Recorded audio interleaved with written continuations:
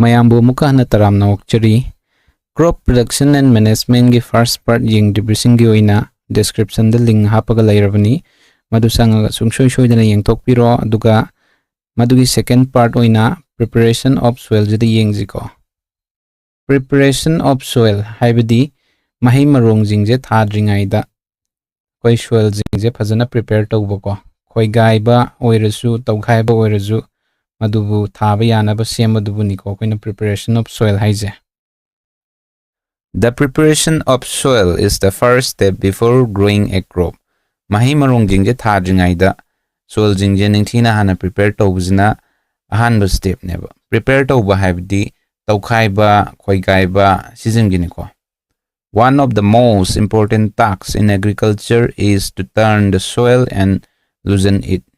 Lau singu tawba matamda khwaidagi maru oiba thabak hairagadi sizimiko haibadi soil jingje mathak makha onba turn tawthokpa dagi soil jingje loose oihanba sizimgina khwai maru oiba thabak neba. Sikedorga loose oihandoino turn tawdoino hairagadi Khoi gairaga dum tawdoineba ko. This allows the root to penetrate deep into the soil. The loose soil allows the root to breathe easily even when they go deep into the soil.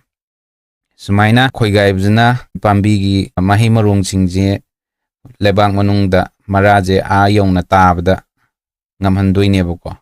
Aduga soil jingje yam loose oirabnina homhom laurabnina ko.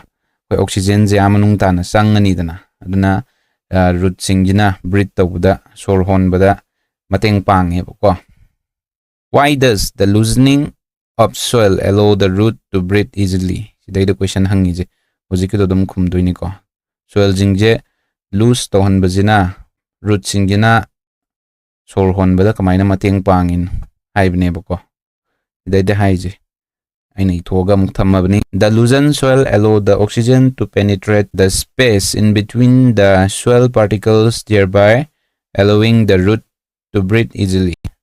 Loose soil jingjina ko oxygen jingje manungda soil gi marakta sanghanbada ngamhandoineba loose oiraga dinatra aduna root singdo yauraga root singduna sor honbada The loosened soil help in the growth of earthworms and microbes present in the soil. Soil the yauriba organisms haitareko earthworm gumba microbes sigumbagi growth sidaida soil jingina loose oiragadi hena mateng pangi. These organisms are friends of the farmer since they further turn and loosen the soil and add humus to it. Hairiba organisms sing microbes earthworm jingje farmer gi friend ne harga kangne kaigino har kanda moina soil jingje henna turn tawda loose ohen bada ko humus sing add tawda mateng pange ko kamaina mateng pangino harga di earthworm gumbaje moidi lebak manung duda dum penetrate torga power ga satpanina moi lebak singje henna loose ohen bada mateng pange aduga moige excreta jingjina koi soil da hena humus hape ko aduga topa microbes microorganisms jina koi gi pambi gumbagi ko adigi animals gumbagi dead body adigi pambi gi lips taraiba dead lips sigumba jingje pathapum da halaga soil da hena manure hapada mateng pang duine ko. But why does the soil need to be turned and loosened? Soil jingje turn tawba loosen oihanba darkar leije kaigino hai sidanga saide tammi myam do sidaida sigi question jida kumba yare ko smaina aina ithoga ju thambam ne ko hena gyan tanaba. It allows the seeds to penetrate deep inside the soil and get the nutrients from the soil. Maru jingina marata matamda soil manungda ayongna tabang amhalani soil manung dagi nutrients sing chupada henna mating pang habne ko. Number 2 da it help in the growth of earthworm and microbes present in the soil. Soil the yauriba earthworms microbes sizing jigi growth ta mating pangi. Number 3 da since only a few centimeter of the top layer of soil supports plants growth. Turning and loosening of soil brings the nutrient-rich soil to the top so that plants can use these nutrients. Soil gi mathak thangba centimeter khara khatane bo koi pambi na haubuda plants ki growth ta support tawrize seasonary je ko aduna koi turning tawba loosening tawbzina koi gaibzina ko makha gi nutrient yam rich oiba soil jingdo mathakta ukhalakpada mating pangdoine ba mathak makha turn tawbuda ko adugi nutrients jingdo muk plants jingina grow tawbuda among season na doine habni ko. You have learned in previous class that soil contains mineral, water, air, and some living organisms.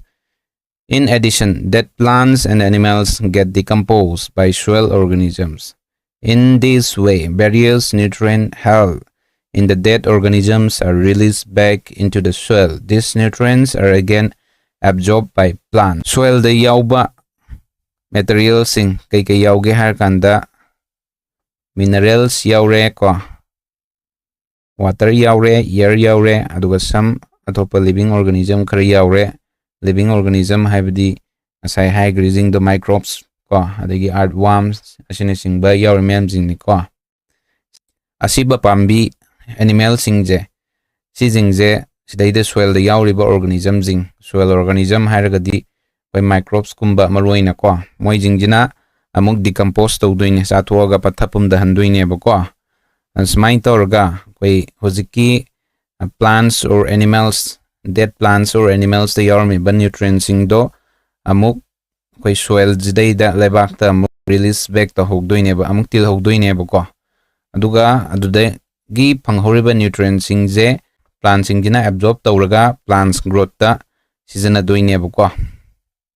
Next, since only a few centimeters of the top layer of soil supports plants growth, turning and loosening of soil brings the nutrient-rich soil to the top so that plants can use these nutrients. Pambina hoguda season na doriba soil je mathak thangba layer centimeter khara khatane bako aduna koi smaina turn tawba loosen tawba koi dokpa koi gaibjina manung da leiriba ko makha da leiriba nutrient rich soiba soil jingje mathakta mathak makha onbada mateng pangi ko aduga sigi nutrient singje amuk pambi gi growth ta pambi singduna absorb tawraga moina amuk haubuda season na doini haibni ko.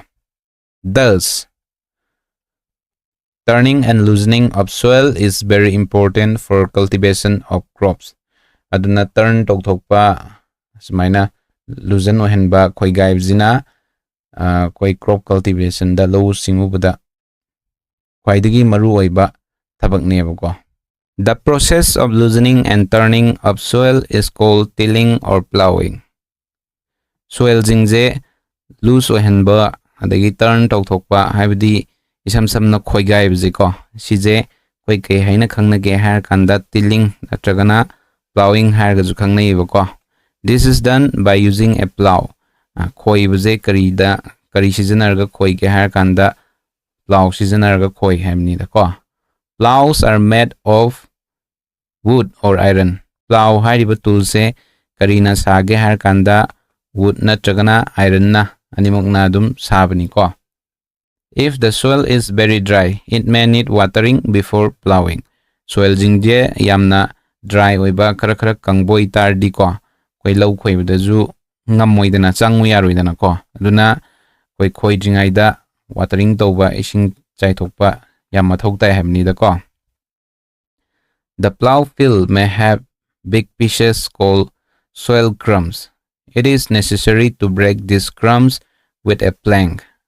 Koi na lauze koi gaira boi tarju kupna toina koi gai dingam moidana ko asdaida laitum chau chau bu yaung ni ba crumbs habdi laitum ni ko laitum chau chau bu laigani sigi laitum jingje plank habdi koi chaitup chai asang ba dugum bane ba ko chai na kalla ga amuhana thugai ba maman thok tai ba ko.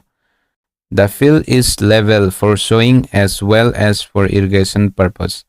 The leveling of soil is done with the help of a leveler. Smaina koi plank seasoner ga koi chaina tor kalla ga thugai matungda field je amuk level sem doine ba level je to hog tar di mafam amdana tongani mafam amdana kutlani tongi mafamduna ising chupang phangaroi ko phangan bada warani adagi kutli mafamduna ising adum tunga lerni koi regular nai na ising je chang chap manana koi piba ngamaroi ba ko irrigation tawrani adagi lawjing je hullani sowing tawrani ko aduga sigi level tawbuje leveler hai khulai je seasonarga koi level tawi ko. Sometimes manure is added to the soil before tilling. This helps in proper mixing of manures with soil. This soil is water before sowing. Abdi kaino har kanda lawje khoi jingai mangda manure singje hana jo hamnei ba manure har gadi santhi gumba ko koi labukta sai khai nei dana hana ko asmaina manure jingje hana hapajina kaidoge har kanda soil jingjiga jiki manure jingjiga properly mix up tawdaju mateng pangi ko sigi soil jingje khoido matungda koi muk lawje hundringai mangda singje thajandana irrigation tawba tawnai ko. Next, agricultural implements. Agricultural implements habdi law singubda tawnariba practicing law kmaina ugadage habji sidaida tamdoine bako. Before sowing the seeds, it is necessary to break the soil to the size of grains to get better yields. This is done with the help of various tools. The main tools used for this purpose are the plow, hoe, and cultivator. Koi namaruze hundringai da debak se hanna yam kupna thugai ba mathau tai bako kaigino har kan da sathok yam thok nabne ba yield side je sathok haibani ko asi thugai nabagi damak koi tools mayam lay maruina seasonable tool khara har ga dis da plow, hoe, and cultivator ka haiji ko season ki neba sidai da plow haiji kaino har kan da. This is being used since ancient times for tilling the soil, adding fertilizers to the crops, removing the weeds, scraping up soil, etc. Sigi plow hari tool singje koi thaini gi matam dagi ko kholau khoi bada adigi manures fertilizer jing add tawda ko adigi napi sing bi remove tawda weed singjen remove tawda ko koi loi season ai ba ko. Scraping of soil hai si khotpa low khoi gaiba du samanai ko. This implement is made of wood and is drawn by a pair of bull or other animals like horses, camels, etc. Sigi tool se wood na sai ko aduga san laba pair mana chingduini ko adu atopa animals horse kumba camels kumba sigumana sing azu. It contains a strong triangular iron strip called plowshare. The main part of the plow is a long log of wood which is called a plow shaft. There is a handle at one end of the shaft. The other end is attached to a beam which is placed on the bull's neck. One pair of bulls and a man can easily operate this plow. Makhada yeng ziko diagram mayar jidai ko. Strong rectangular oiba part ama sidai da yawe sigi yot ke yawi jaga ko sigi jina kai ko ge har kanda plow share ko re ko aduga sigi tool jigi main part maru oiba part har gadi sigi plow shaft ko plow shaft se main part ne ko asi jigi sigi shaft sigi sona kanda en namadana koi handle yawrani daida mi na parga khoi duini ko aduga songi en namadana loibamdana daida bim mi yawarni bim ji san ani torga sin duini san natragana sagol natragana camel ko seasonarga nakan torga smain torga ching duine ba khoi duine ba duga ko sidaida animal ani lerni sidaida mi lerni ko sidaida mi lerni aduga khoi duine ba sije ko.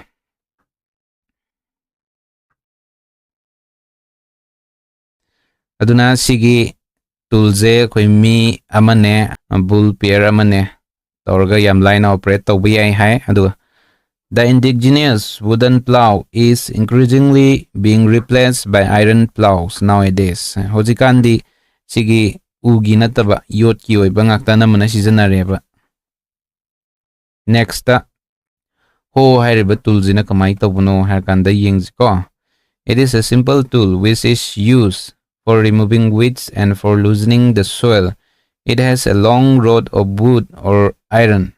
A strong, broad and bent plate of iron is fixed at one of its end and works like a blade. It is pulled by animals. Sidlaze ho hairji sizini ko. Size kamai tawge harkanda sizu dum chapmanai sigi plow hair kulai jiga dum amhani ko. Sizina machine tumbai wane magi plow share hair jaga je ko. Son gizina muk blade tapan bai wane ba sigizina ko.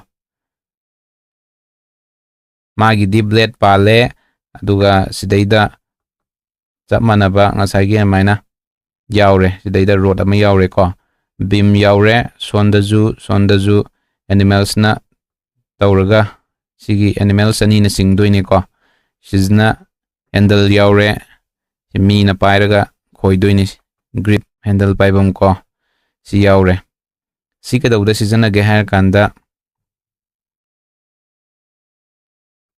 removing weeds ko. Weeds sing remove tawda sizana re soil jing loose o henbada sizana re ko. Moreover siday henna kadawda sizana ge hair kanda si leveling tawda sizana ko. Next cultivator. Nowadays plowing is done by tractor driven cultivator. The use of cultivator saves labor and time. Hojikandi tractor na singba sigi cultivator simaning da pali potse ko. Sije tauraga khoinare low khoibaje si cultivator sijanabji labor save taure ko mi yam sangdre adagi matam save taure habni da ko. Sowing is the most important part of crop production. Before sowing, good quality seeds are selected. Good quality seeds are clean and healthy seeds of a good variety. Farmers prefer to use seed which give a high yield. Mahi marong yam lok nabagidamak koi low hun bazida yam sexual over mother car tai ko. Sowing to bahijna waidagi important part neba. Crops yam phajana produce to ge high tardi. Yield yam putoke high tardi ko. Habidi sowing to dringai mamangda koi seed singje quality of a seed khanba ma mathok taib. Sidaida khalo dragadi hang kona hunjangar kanda chathok leitaba seed hungragadi koi phana semaga ju yaroeba natra. Sidaida good quality seed size kai no hair kanda masama uphaba yam asyangba maru darkar taib. Chathok yamna thokadaba dagi phawham handaba ko. Manungda cavity leitaba damage oidriba seed se ko in darkar tani ba. Sigum bjingje khalla matungda when lauze hungi boy tardi hayangona sembuda thokani ko. Phajana good quality seed se khalau da tardi aphaba variety khalau da tardi hayangona hunjangar matungda semge habado thokoi hamni da ko. Aduna farmer jingjina chathok yam thokpa yield habdi chathok habni ko. Chathok yam thokpa seed sing pami. Aduna si jingje loina bo henge hai tardi maruje hundringaida maruje koina phaba khalhoba tare natra. Next selection of seed sing ko. Seed sing je kamai torga select tawudage haibai matang dani ko. One day I saw my mother put some gram seed in a vessel and pour some water on them. After a few minutes, some seeds started to float on top. I wonder why some seeds float on water. Nongma pahligi mamana gram seed kara vessel patram da hapchalle ko adugi ising kara hijinba. Minute khara layer matung dadi seed kara mathakta tawkhalakpa thengnai ko. Adu kaigino haibni. Kaigino hai tardi mathakta tawriba seed singduna damage seed oidoineba ko. Haibidi phawdor ju phawham ga habdo ko manungdo horaba maru changraba seed oidoineba. Cavity lairaba seed oidoineba ko. aduna damage seed singidi yangani aduna mathakta tawkulani aduga makhada lupi bjingduna koi healthy oi seed ngaktane bako moina lummanina makhada luppaga leidoine bako. Next activity 1.1. Take a beaker and fill half of it with water. Put a handful of wheat seed and stir well. Wet for some times. Activities da haije. Beaker ma lawro adugi tangkhai ma ising hairo ko. Aduga wheat seed se kuba ma hapsallo. Chamasna oigera kaino oigera okhairo. Adu matungda minute khar thama matungda kaidogi yengo haibne bako. Are there seeds which float on water? Ising mathakta tawkhatpa seed yawgadra yawgani ko. Would these be lighter or heavier than those which sings? Mathakta tawkhatliba seed singdo makhada lupiba seed tudagi henna yangadra lunggadra haibne bako. Mathakta tawkhatpaduna yangbadum tabni natra. Haibidi damage or seed neba mathakta tawkhatlido aduna yangani makhada lairiba seed singduna lummani. Moiding the healthy seed nina ko. Damaged seeds become hollow and are thus lighter, therefore they float on water. Damaged or seed singidi manungdo horani aduga hena yangani aduna maram oiraga moije mathakta tawani aduga lupiba seed singduna healthy oiba seed ni ko. This is a good method for separating good healthy seeds from the damaged ones. Afaba pataba seed singje khaidoke haitardi si method se sizinaraga dum tawba yare natra. Before sowing, one of the important tasks is to know about the tools used for sowing seeds. Sowing tawdringai mamangda koi seed singje so tawnaba koi maru hunnaba tools sing gi maramda koi khangba khara darkar tai ko. Kai tools sing sizinage haitardi si mathang lairis. Traditional tool koi anadai sizinaraba tool. The tool used traditionally for sowing seed is shaped like a funnel. The seeds are filled into the funnel, passed down through 2 or 3 pipes having sharp needles. This ends pierce into the soil and place seed there. Traditional tool haragadi siziniko. Si mathakta funnel ma yarije. Sidaida maruje hapkadoini ko. Sidagi pipes daida makhada maruji tarani khoiba matamjida sida hapi marujingdo pipe se phawdaraga sum manungda lingambai wani da ko. Next, the seed drill. Nowadays the seed drill is used for sowing with the help of tractor. This tool sows the seed uniformly at proper distance and depth. It ensures that seeds get covered by the soil after sowing. This prevents damage caused by birds. Sowing by using a seed drill saves time and labor. Hozikandi seed drill tawraga lawje hunnare ko. Haibidi si seed drill jina law hullagadi seed singje distance proper distance to ko. Jang nai na lapa manana seed singje hullani maru jingje ko. Lu baju manana fazana hullani haibni da ko. Aduna sige seed drill je sizinarga law ubuzne kaidoge har kanda soil na fazana mathakta cover tawra lairabni na ko. Oina use kumbana adagi atopa jeeb jingna chathokpa adagi khara kanba ngamni haibni ko.